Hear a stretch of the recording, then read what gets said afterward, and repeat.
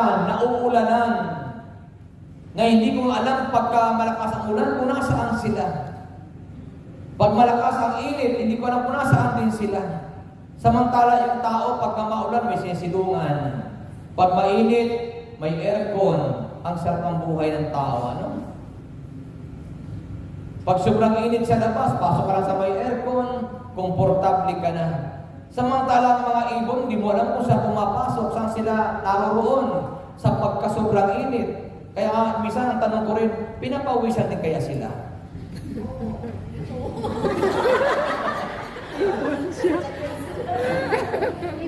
Kasi naiinitan din sila kasi naliligo din sila eh.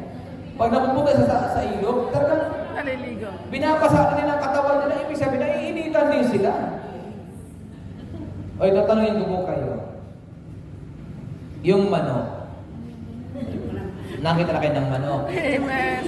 Siyempre, ulam natin araw-araw yan eh.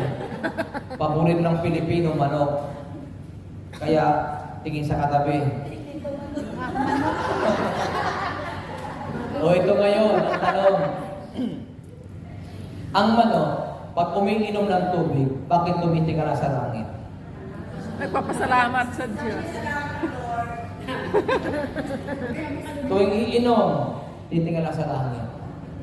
Bakit kaya? Wala pumasok sa tiyan. Para yung tubig malunok. Kasi ang sagot dyan, sabi ng manok, inom ako ng inom ng tubig, hindi na ako umiihi.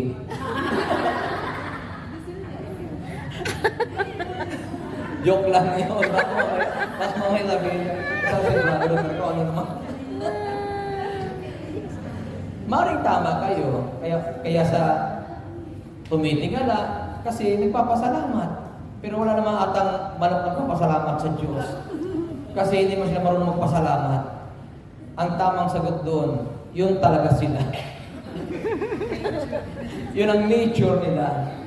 Parang tayo, tuwing kakain, nakaupo. Kaya maraming malaki ang tiyan. Kasi kain ang kain, nakaupo. Yung iba naman nakatayo. Ang katwiran nila para liritso ang pagkain, walang sablay. So yun ang pangatlo mga kapatid.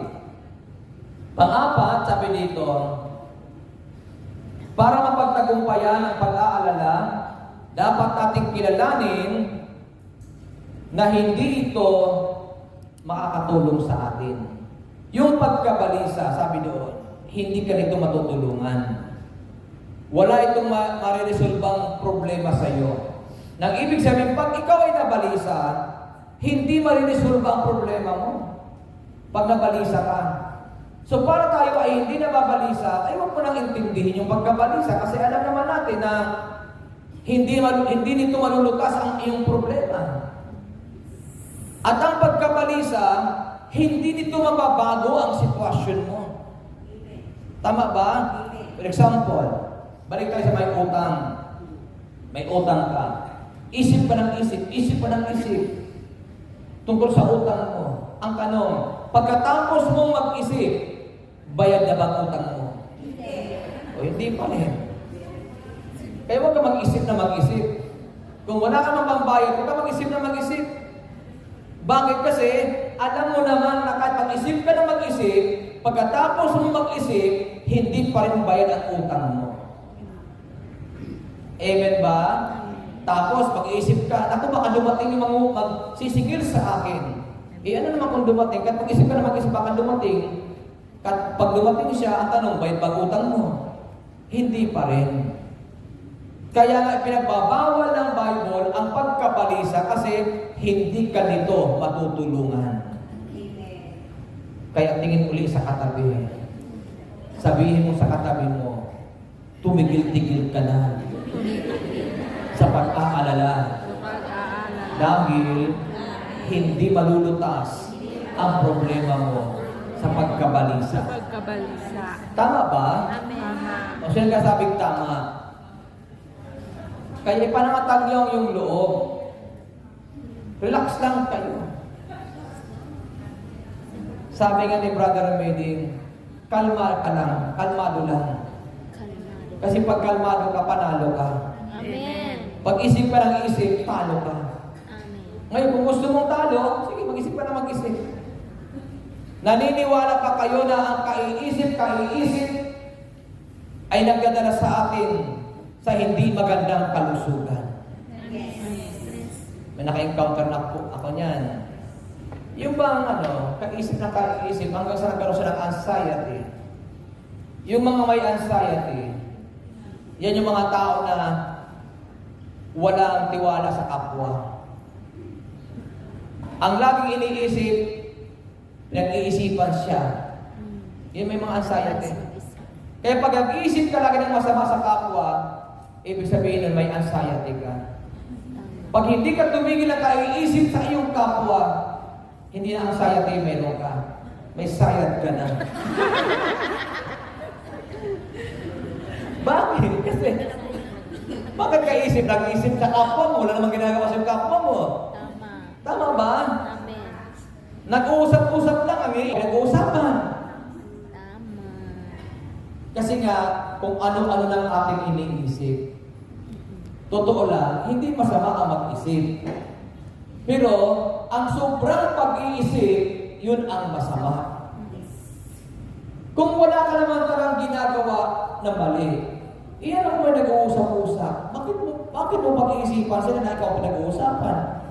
Tapos iisipin natin, ako, baka alam nito yung ginagawa ko. O may anxiety ka doon. Ibig sabihin, mayroon ka ng hindi maganda sa iyong sarili, sa isipan. Kaya ipanatag mo ang iyong loob. As long na ikaw ay nagtitiwala sa Panginoon, huwag kang mag-isip ng mag-isip. Kasi pag ikaw ay mag-isip ng mag-isip, darating ang araw, mawawala ka sa hulog. Sige yung malakas sa palakpak, bigyan natin kayo doon. Ito ang tanong, bakit mayroon mga nagpapakamatay? Sobrang pag-iisip. Sobra sa pag-iisip. Sa sobrang pag-iisip, awang-awa na siya sa kanyang sarili. Naniniwala pa kayo na yun ang target-target ng kaaway pag sobra ka sa pag-iisip? Yes. Dadayain ka ng kaaway niya. Hanggang sa sasabihin ng kaaway sa iyo, tapusin mo ng buhay mo para wala ka ng problema. Ang galing ng advice ng demonyo, ano? Tapusin mo ng buhay mo. Yun din ang advice ng demonyo kay Judas. Ibinta mo si Jesus para magkapera ka. Kasi ang tao, kaya isip lang isip na sa pera. Yan ang number one target ng kaaway. Diyan ka ngayon papasukin ang kaaway. Alalahanin po natin, hindi tayo nabubuhay dahil sa pera lamang. Mabuhay ka para kay Yahweh El Shaddai. At kapag nabuhay ka para kay El Shaddai, maniwala ka, lahat ang kailangan mo ibibigay sa iyo ng Diyos. Yun ang kulang sa tao. Kaya ang tao isip ng isip kasi nga gusto magkaroon ng pera. Kaya sa pag-iisip ng pera, ang mukha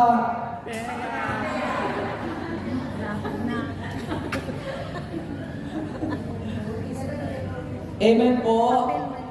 Kaya dapat ang tao matutong masiyahan. May pera sa wala, dapat maligaya tayo. Kasi kung tayo ay mayroong tiwala sa Panginoon, nananalig tayo sa Kanya, ay hindi ka mababalisa naman natin na ang pagkabalisa, ang pag-aalala, hindi ka niyan matutulungan. At ito pa yung pinakamaganda. Ang tao, hindi ipinanganak para mag-alala. Amen. O, naniniwala kayo doon. Amen. Mayroon bang sanggol na sinilan? Bawat sanggol ay silang na nagsabi, nasaan ang damit ko? O mayroon bang sanggol na sinilan? Tapos yung pinanganak, sabihin, nasaan ang damit ko? Wala. Ang sanggol, pag pinanganak yan, wala siyang pakialam. At ang bata, pag ipinanganak, walang dala kahit isa. Dapat alam natin yun. Amen ba? Pero hindi siya nag-aalala kung ano ang kanyang darat na sa mundo. Pero bakit ang bata lumaki? Naging tayo. Bakit narating natin ang buhay na ito? Kasi gustong ipakita ng Bible na lagi nating babalikan para hindi tayo mabalisa, dumating ka sa daigdig na ito na walang dala kahit isa. Dapat binabalikan po natin yun, mga kapatid.